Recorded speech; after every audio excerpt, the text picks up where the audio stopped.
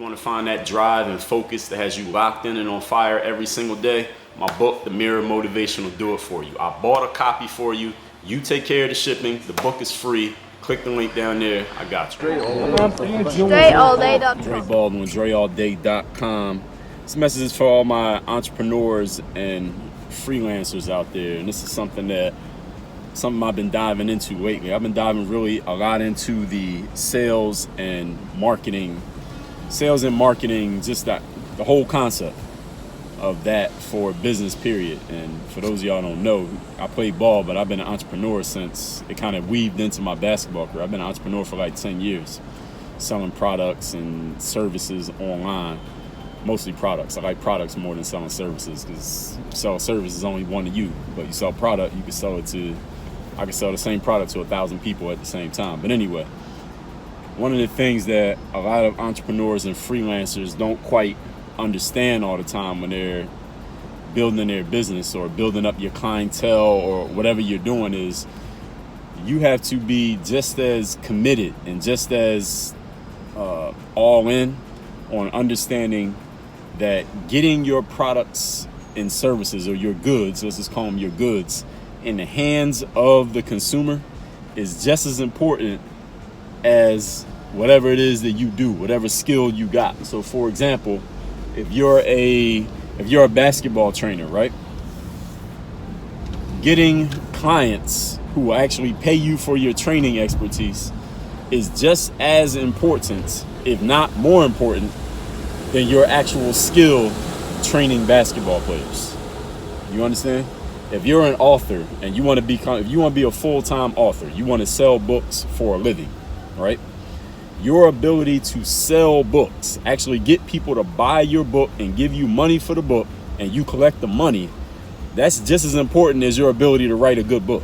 Because if you're great at writing books, like you could be the best author in the world, the best writer out there, better than, who's the best author? Stephen King, or the person who wrote, Harry Potter. If you could be better than them at writing, but if you can't sell your book, you can't get anybody to give you money in exchange for your book, then you don't have a business. You understand? And those are two different skills. They're not the same thing.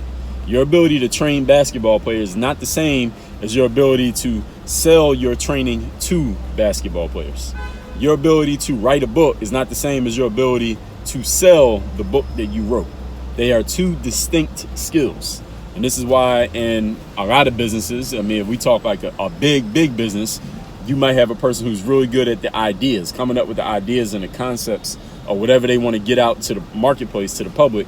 But then you got a person who specializes in actually selling that stuff, the marketing person, the sales guy, whoever that is. And many companies have a sales staff, people whose very job is to sell the products and services and make sure they actually get in the hands of the consumers, whoever they are. But for those of you, I'm really making this message for those of you who are by yourself.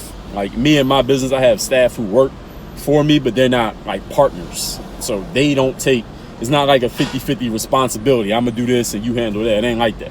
It's all on me. And if I need to fire somebody, I fire them, I'll replace them with somebody else. But it's my responsibility to make sure that the products and services are quality, and it's also my responsibility to make sure the shit gets sold to whoever it needs to get sold to for the right amount of money. And it's the same for any of you who's a freelancer or entrepreneur. You have this exact same challenge. You got to get your stuff in the hands of the people, not just do the stuff, not just make the stuff. You understand? Let me think of an example. I know plenty of people who want to be coaches, and they're really, really good coaches. They've already coached a few people. Maybe they coach some people for free. Maybe they coached a few people and charge them like maybe not what they really want to make for coaching, but they've done it to get the experience, maybe to get a testimonial or two, maybe to build up their confidence so they know that they are qualified and capable of doing this coaching thing. And they're really into the coaching. Like, I know I can help people. I know this, I know this, I know this. You talk to them about it. They can go on and on about what they coach people on. They can go on and on about how they helped somebody and how a person had this particular challenge and they helped them out and all these things because they're really into the coaching thing. But what I try to help them understand, and what I want you to understand from what I'm giving you here, this message, is that it's not just about can you do the thing, is about can you sell the thing to people who will pay for it. That is a 50-50 proposition. It might even be bigger, honestly, if you think about it. Let's think about this. How many of you have ever bought a product somewhere, let's say online or from a person in person, and they really did a great job selling it to you? They got you to part with your money in order to get that product or service, but then you experienced it and the product wasn't even that good and the service wasn't even that good. You got, yo, this person's kind of whack. This product wasn't even worth the money. I'm sure that's happened to all of us, right? And what was that? And for that person or that business in their equation, they were better at selling than they were at actually doing the thing. See, sometimes somebody can be really good at selling their product or service, but the product or service is garbage. And then you got people who are really good at their product or service, but their ability to sell is garbage. These are people who don't make any money. They're great at the delivery, but they can't sell, so they can't make any money. And then you got people who are great at the selling, but their delivery's whack, so they'll make a good amount of money, but they can't keep making it, usually in the long run, because people realize, word gets out that the product or the service is not that good, and no, they can't keep selling, you know. And then you got people who they find that balance, and it's not really a balance. It's really like 100% on each. If you can sell the shit out of your stuff and you can deliver the shit out of what you sell and it's actually good, that's when you're gonna be in business for a long time. That's when the shit hits, and that's when, you know, the faucet turns on. And that's when you can really start making more and more money for what you do. And everybody in any business, you have to find this mix. I don't even want to call it a balance. It's not balancing, it's mixing. You need both.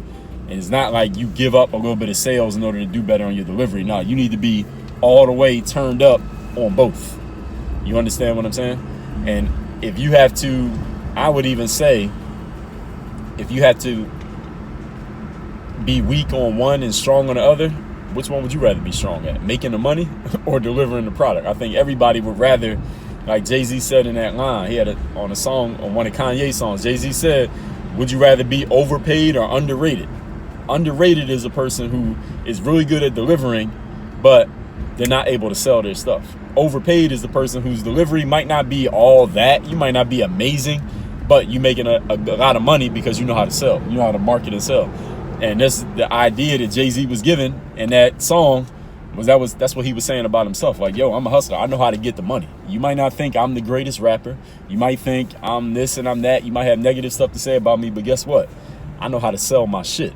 And that's how I made this money. That's how I got on these lists of who got how much money, how they even know how much somebody got, whatever. But you understand the point that I'm making. Would you rather be overpaid or underrated? So if you feel like you're really good at your delivery, but you're not creating the sales, then you need to start studying sales and marketing. Understand, sales and marketing is an area of expertise. People, is not, if you're a great coach, that doesn't make you a great salesperson. If you're a great trainer or a great basketball player or a great author or a great YouTuber, none of these make you a great salesperson. Being good at doing a thing that's not sales is not the same as being good at selling. Even if you got fans and you got an audience and you got whatever, you got people coming to you telling you how good you are and giving you testimonials and all that is amazing. I've had all of those things, but I want y'all to understand, when I really focus on selling stuff in a certain area, I learned things and I'm like, damn, I didn't know that. I was doing all this stuff. I had no idea that I didn't even know what the fuck I was doing. When it comes to selling. And in each area of life, you got to be able to do this. When I was playing ball, the reason I had a 9-year pro basketball career is not because I was so much better than all the other basketball players out there. It's not that.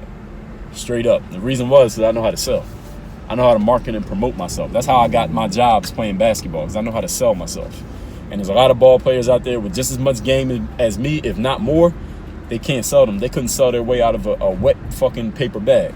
Even though they could play ball all day, they can't sell. They never got their chance. They never got an opportunity. They couldn't get a deal because they can't sell.